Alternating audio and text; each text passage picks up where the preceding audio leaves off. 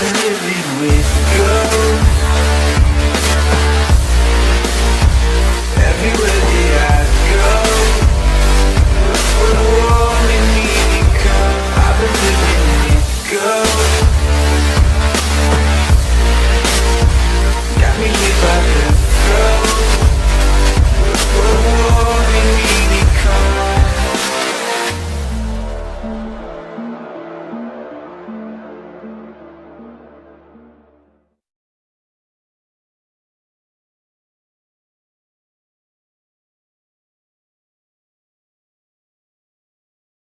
Hello there guys, this is Alex here, bringing you part 9 of What If Deku Had Full Counter. So before I continue, I do want to give a little, announcement. I'm sorry if I disappoint a lot of you with this one. For the ship, regardless that, I don't give a shit. I'll be real fucking honest. I hope I disappoint all of you like I disappoint my parents on a daily basis of me existing. So in this case, let's continue. Where we last left off, Izuku ran away from the hospital room after hearing commotion from outside the door, and he ran off to the beach where he felt comfort as a kid. Nobody was around, and he simply sat at the shore and staring into the horizon. He went to reach for his pendant on his neck to give him some reassurance, but nothing was there. He checked his pockets frantically, only to be disappointed that he lost the last gift his parents got him. Lost in thoughts, he thinks on what transpired. He hugged his knees and used them to hide his face as his eyes were sullen with tears. As someone interrupted his thoughts. As the individual would say, "Hey, what are you doing?" Izuku turns around only to see the person he was avoiding. As Izuku would say, "What do you want from me, Ochako?" Ochako, teasing, "What, no tipsy girl? No round face? So you do know my name?" Izuku, visibly angry, would say, "Why are you even here? I thought I made it clear I didn't want to be near anyone right now." Ochako would say, "Clear, you simply ran away from the hospital room, so it made me think that you have some sort of problem, and running away from your problems doesn't solve them. So do you want to talk about it?" Izuku sarcastically saying, "No, there's nothing to talk about. As you can see, I'm perfectly fine. Now, if you don't mind, just go away." Ochako would say, "That's not nice. I came to check on you." Izuku saying, "Then allow me to rephrase myself. If you would be so kind to nicely leave me the fuck alone, possibly get lost along the way, and don't come back for the next 100 years or so." Ochako, baffled, would say, "What? The 100 years? By that time I'd be dead." As Izuku sarcastically would say, "Not my problem, now is it?" Ochako saying, "Izuku, you're being such a jerk right now. If you have a problem, just solve it. Being childish isn't gonna help." Izuku saying, "Is that so? Well, as you can clearly see, I'm doing quite fine. If that's all, you can leave." As Ochako would say, "Oh well, I guess I'll take my leave. And it looks like you won't be needing this anytime soon." As Ochako would be showing off his pendant that he lost. Izuku, visibly angry, would say, "Hey, that's mine, give it back!" Ochako, touching him and making him float in place, would say, "Nope, I'm not going to give it back until you tell me what's going on." Izuku, struggling to move for the lack of gravity, would say, "It's not your problem, now give it back." Ochako, interrogation mode, would say, "It seems that you haven't realized who's in charge, so let me clarify. You either tell me what's going on, or you're not going to have your pendant back." Izuku saying, "Like I said before, it's not your problem. Now give it back." Ochako saying, "It became my problem ever since the villains ambushed us at the USJ." She would start to tear up, saying, "Please, tell me what's going on. There are rumors about you being a traitor or villain in disguise, a demon and more. Just please tell me. Please tell me that's not true, Hado-san. Or should I call you Midoriya-san?"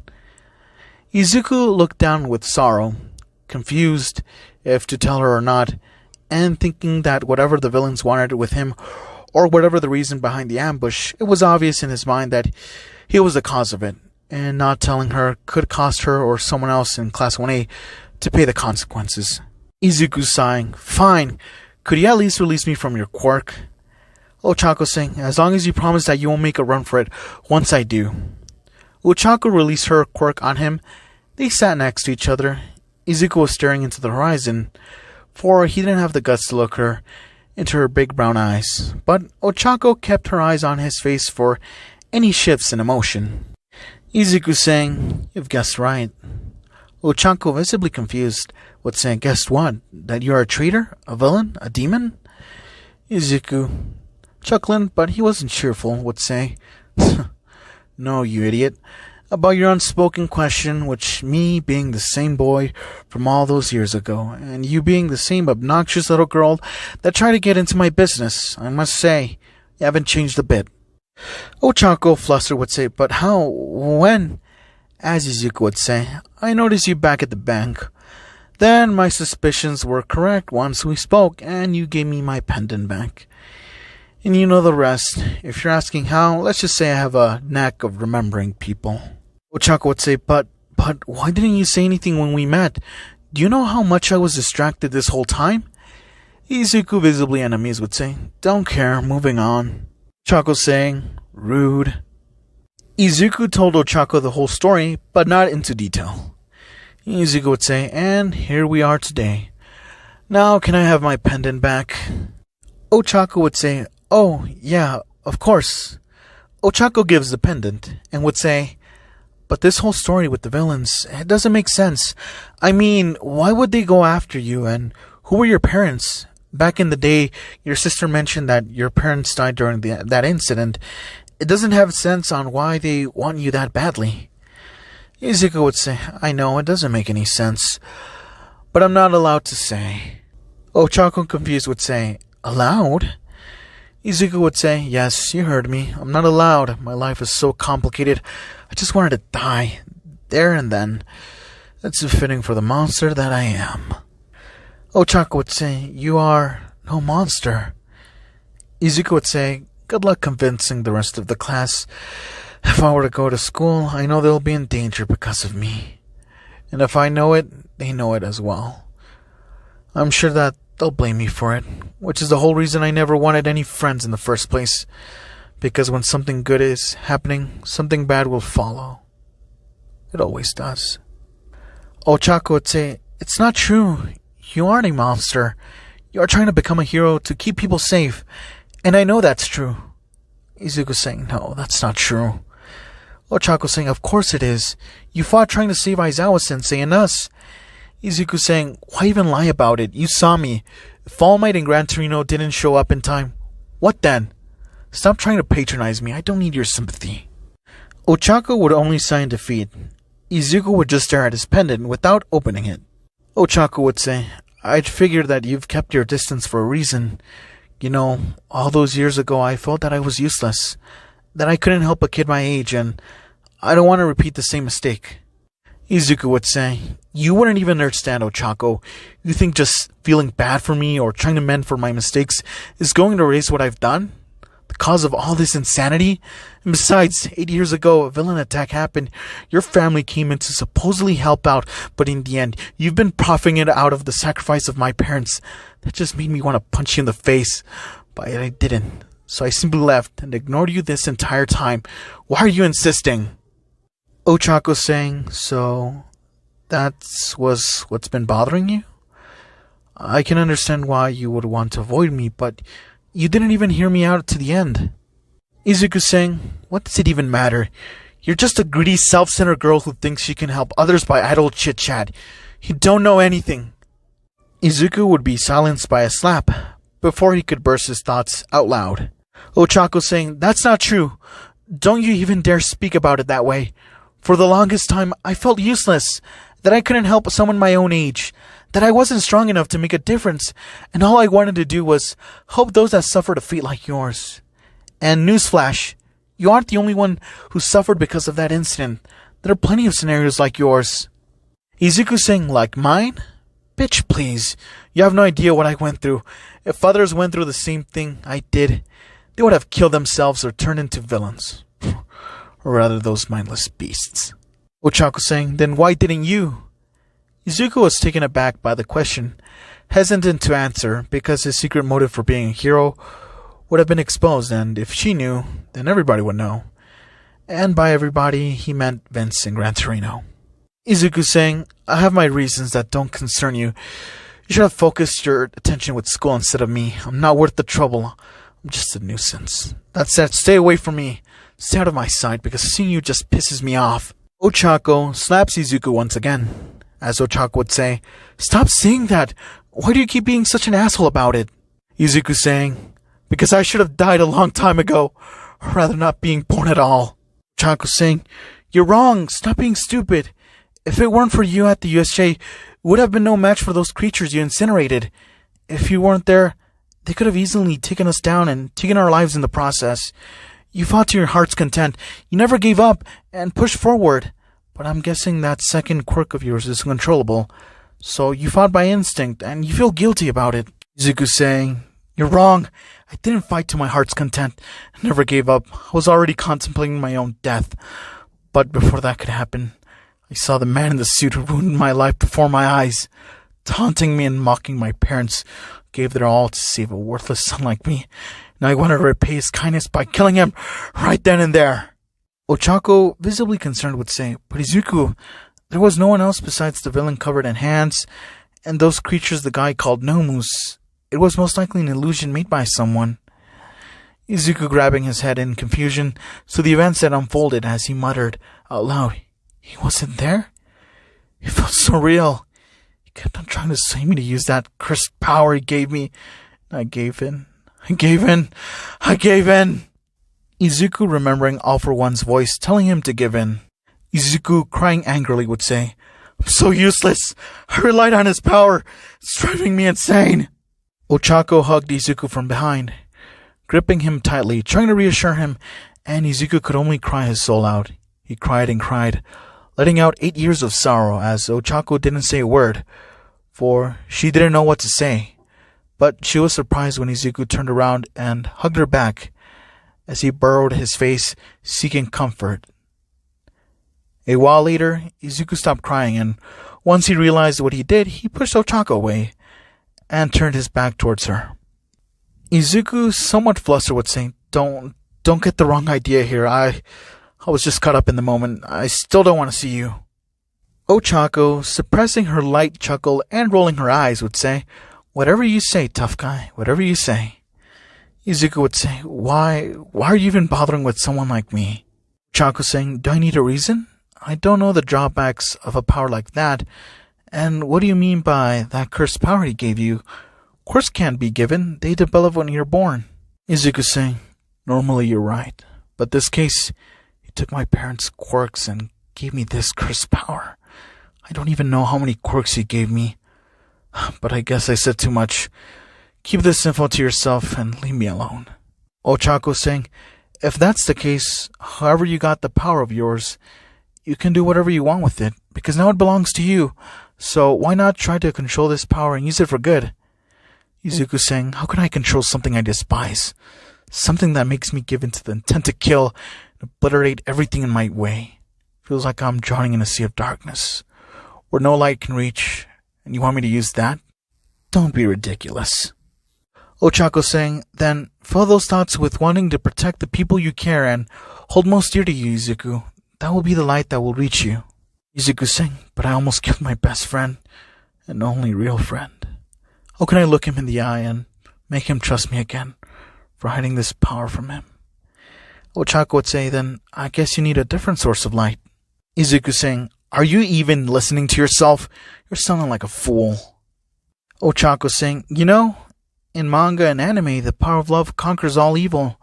Why don't you give that a try? Izuku saying, this is a real life. Never believed in that crap. And I thought I was the one going insane. Ochako would say, you know what? I want you to stand up. Izuku saying, what? Ochako saying, you heard me, stand up. Izuku saying, okay, don't get your panties in a twist. Izuku and Ochako stood up. Ochako would say, okay, now I want you to close your eyes and give me your hands. Izuku would say, I see no point in this. Ochako saying, just do it. Izuku saying, fine. Sheesh. After this, I want you to leave me alone for good. Ochako would say, don't worry, I will. Izuku closed his eyes and pulled out his hands. Before Izuku could say anything, he felt the pressure of someone's lips upon his. He opened his eyes and saw Ochako kissing him. Tears were swelling up in Izuku's eyes, for no reason, and gave in to the sensation. Once they split apart for air, Ochako's face was red, while Izuku was left speechless. Izuku, visibly flustered, would say, "Why did you—" Ochako, visibly embarrassed, would say, "You said that you were drowning in a sea of darkness, so if no light ever reached you, I thought I should reach for you. I mean, I like you. What I mean to say, since you're drowning in this sea of darkness, let me be the ray of light that saves you, because I like you." Izuku, stunned, would say, You... Ochako, realizing what just happened, would say, "Anyways, look at the time. We can discuss the details at school or after or whenever. Gotta go." Izuku, still in place, watching as Ochako disappeared into the distance. And Izuku would say, "She clearly didn't have a watch on her wrist." Seeing the scene unfold was none other than Nejire.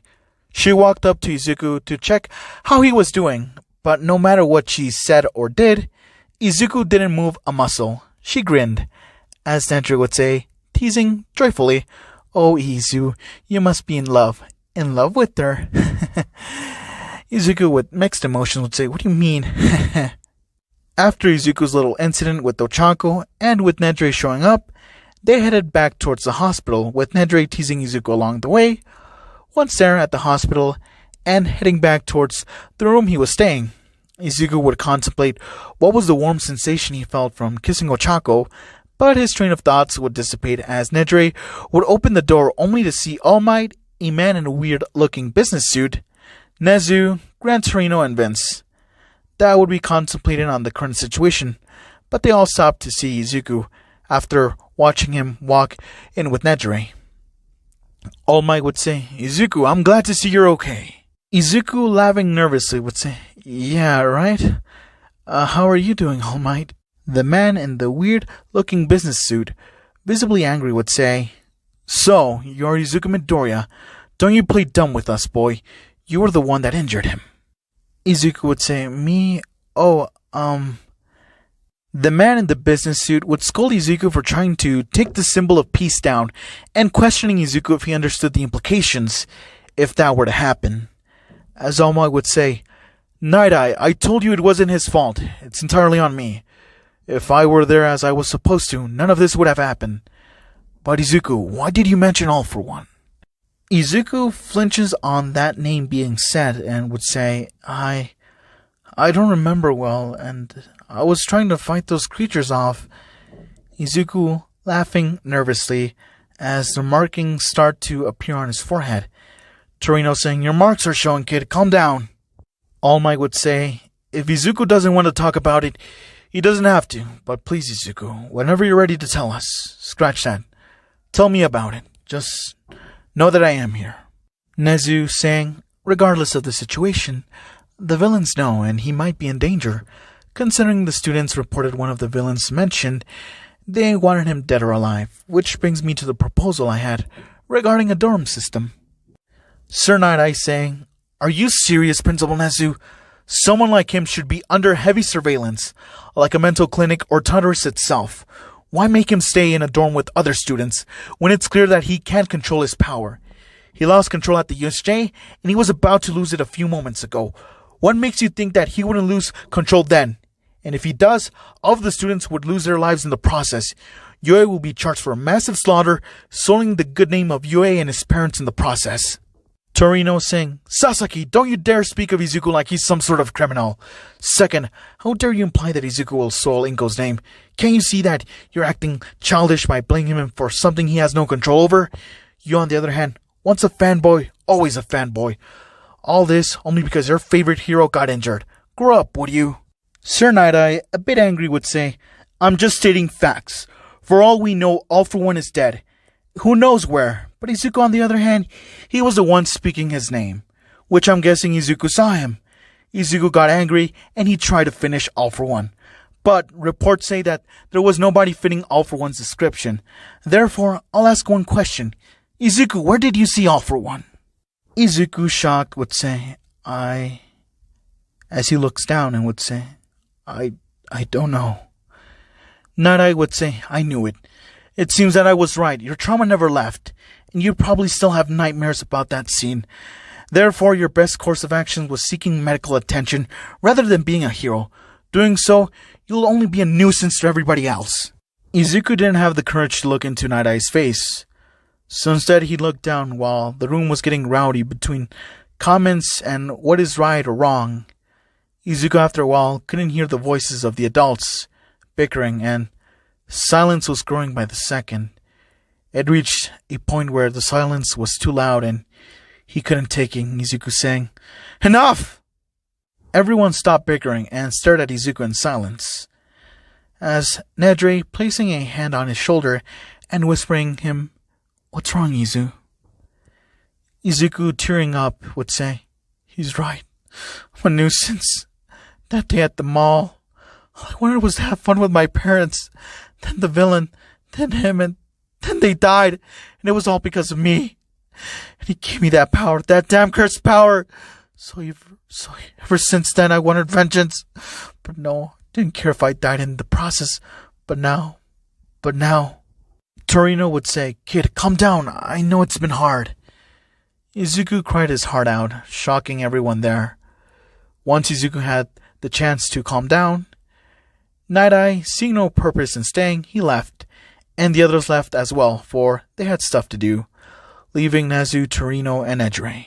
Nezu would also tell Izuku that they have 2 weeks off from school, and that Izuku was hospitalized for the past 5 days, and he also tells Izuku that he will make any clarifications to the class after they all attend school again, and give a short explanation of the situation without addressing All For One himself and Izuku's full background unless he wanted to.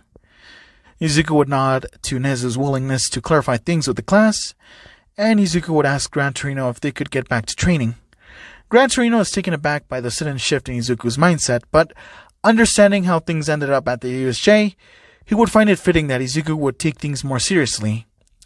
Izuku saying, "Gran Torino, before we go over the details, I wanted to say that I decided that I want to control this power." Torino, puzzled, would say, "Huh? Why the sudden change?" Izuku, thinking about Ochako's words, would say, "No reason. Since I'm stuck with it, might as well get the hang of it, right?" Torino, stroking his beard, would say, "Interesting. Let's see what I can do." Nedre, blabbering, would say, "Izu, what are you talking about?" Torino, "The reason is simple." Nedre, teasing Izuku, "Izu has a girlfriend." Izuku saying, "I do not." Nedre saying, "Yes, you do. Izu and Round Cheek sitting in a tree. Kisning. Izuku, blushing, "It's not true." Nedre saying, "Then tell me what happened." Izuku saying, "She forced herself onto me, and she didn't want to leave me otherwise." Nedre saying, "Is that so? Then tell me, why were you smooching on the beach?" Izuku, blushing, "Like I said, she forced herself onto me. In any case, Gran Torino, when can we start?" Torino, chuckling, would say, "Before you think of training, you might want to get discharged from the hospital." Nezu's inner monologue would say, "It seems that we already have some progress. Let's hope for the best." After Izuku was able to get out of the hospital, he would prioritize his training with Gran Torino, suggesting a place close by to do training, Dagobah Beach. Izuku's week of training would begin with cleaning up all the trash that has accumulated over the years, but with Izuku using only that other quirk and trying to focus its destructive power in cleaning up the mess. Izuku would try to focus his efforts in trying to use his wrathful power without it overtaking him and finding it difficult to use any of its abilities he showcased without fully giving into his wrath and hatred for All For One. He's only able to envelop his hands in those dark flames. These flames quickly melt through a door of a broken refrigerator. It was like cutting butter with a hot knife, but at the rate it was melting things, he would spend hours or possibly days going through them one by one.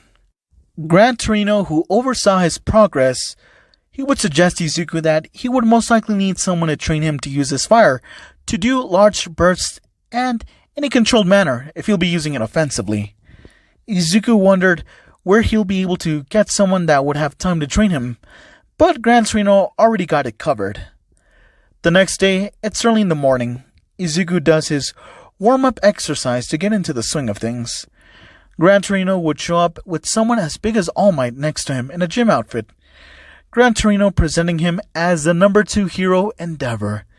Izuku would greet Endeavor, and Endeavor doing the same. Izuku couldn't believe that the number 2 hero, the busiest of all top 10 heroes, almost surpassing All Might's arrest count. Izuku, visibly confused, would say, "Torino-sensei, how in the world did you manage to get Endeavor of all people?" Torino saying, "I asked." Izuku, visibly confused, would say, "That's it?" Endeavor saying, "Not really. It's kind of a personal matter as well. You see, I was there when you were still a toddler, and I knew your father back in our youth. He was a very good friend of mine, and that day I failed him. It took me time, but I don't want to repeat the same mistake." Gran Torino would explain to Endeavor Izuku's problem, and Endeavor would clarify things, and he'll try to train him as best he can before hitting noon, and only for this week. Izuku's grateful for any help he can get, so Izuku's training with Endeavor begins. He would be taught some fundamentals by Endeavor. Endeavor saying, "No, Izuku, you're doing it wrong." Izuku saying, "I'm trying, but it feels like it's burning my hand from the inside out." Endeavor saying, "That's the way it's supposed to be. Don't worry about it. Focus on your target."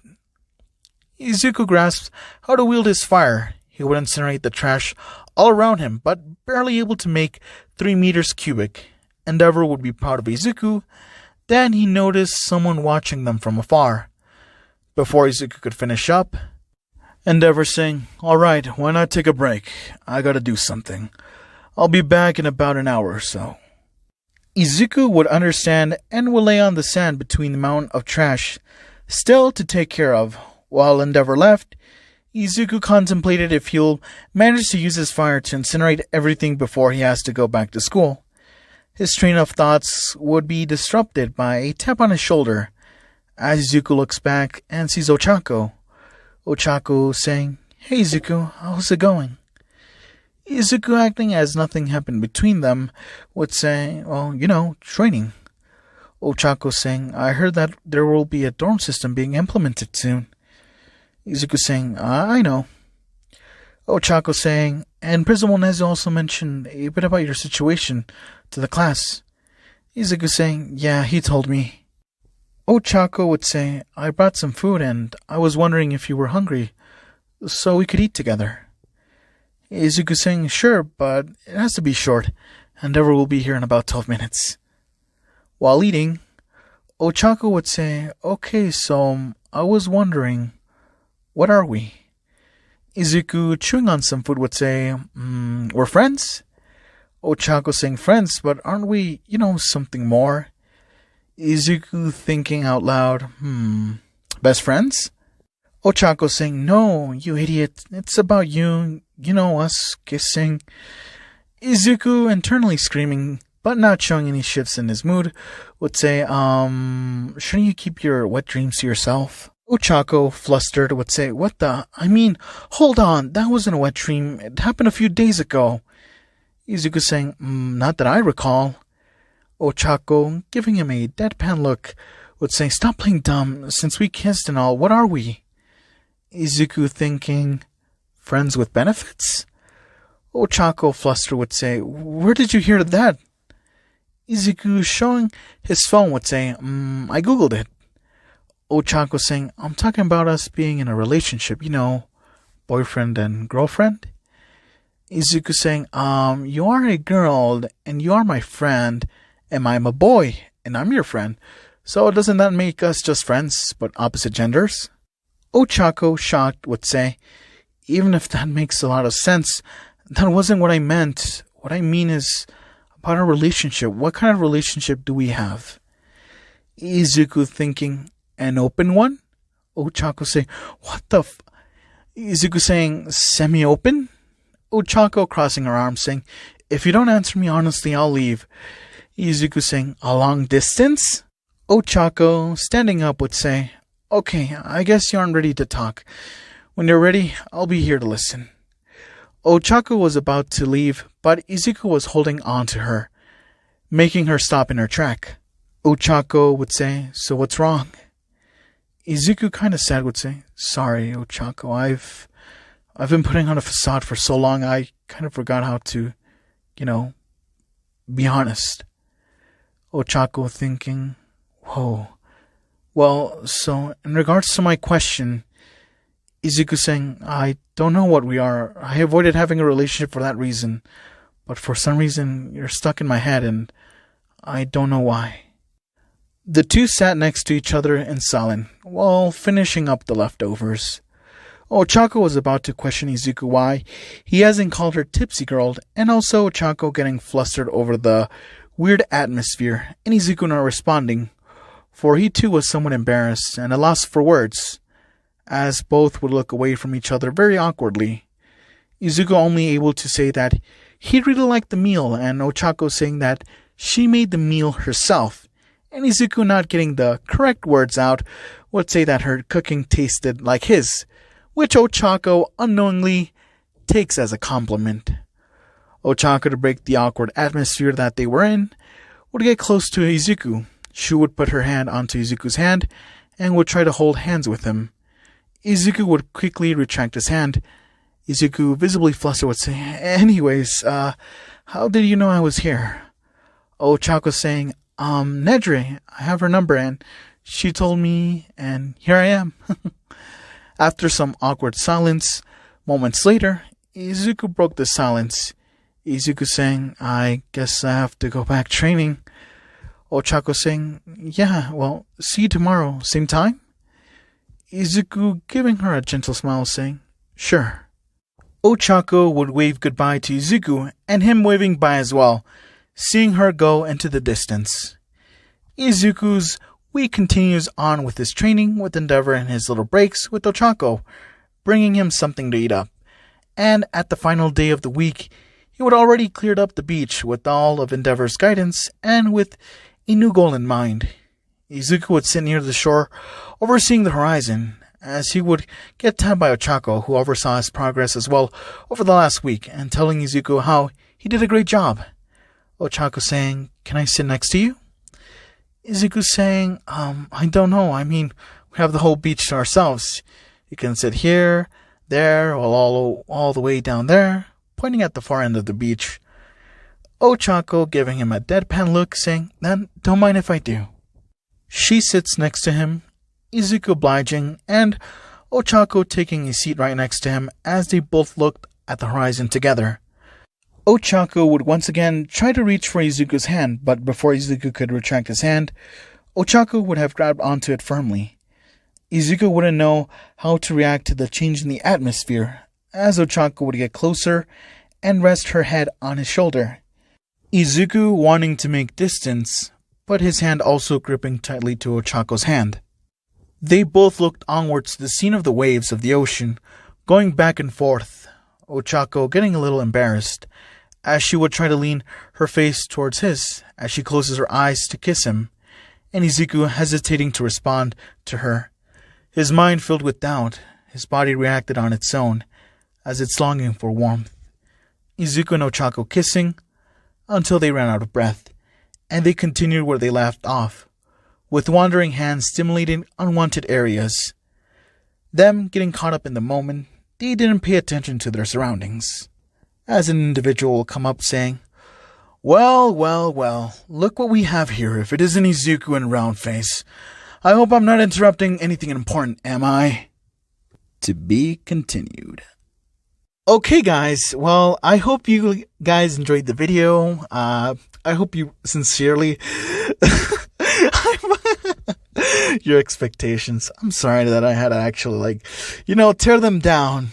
Is one thing. Never expect anything from me, please. Just don't. I'll disappoint you like I disappoint my parents, and that's saying a lot, to be honest. But in this case, I'll do something of a consolation prize, as a I am sorry. Please don't unsubscribe to me, okay? I'll still try to do. Ed is gonna do a ship like that. He's gonna bend the knee. I'm not. I'm too much of an asshole.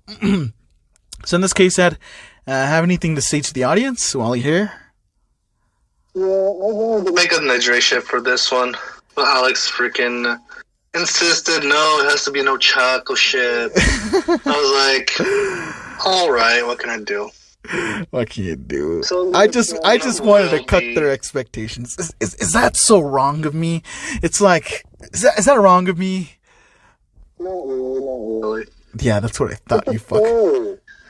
It's a story. It's a story, exactly. You don't. If I were to build it up correctly, it would have been meaningless and pointless. You know? Yeah, but in this case, your boy head Erdgan Tsuchimikado is gonna do a Nedry X-Deku ship. Hooray! Now, happy you schmucks? Okay, that's good to hear. But anyhow, those who stuck up to the end, hey, good for you. And Ed, what's gonna be next up? Next up is gonna be part 12 for Reincarnation of Link. Right. And if you guys are wondering why it took so long, ask Alex. He's a procrastinator. Indeed. Just like me. Yes. Well, in any case, guys, I hope you liked the video.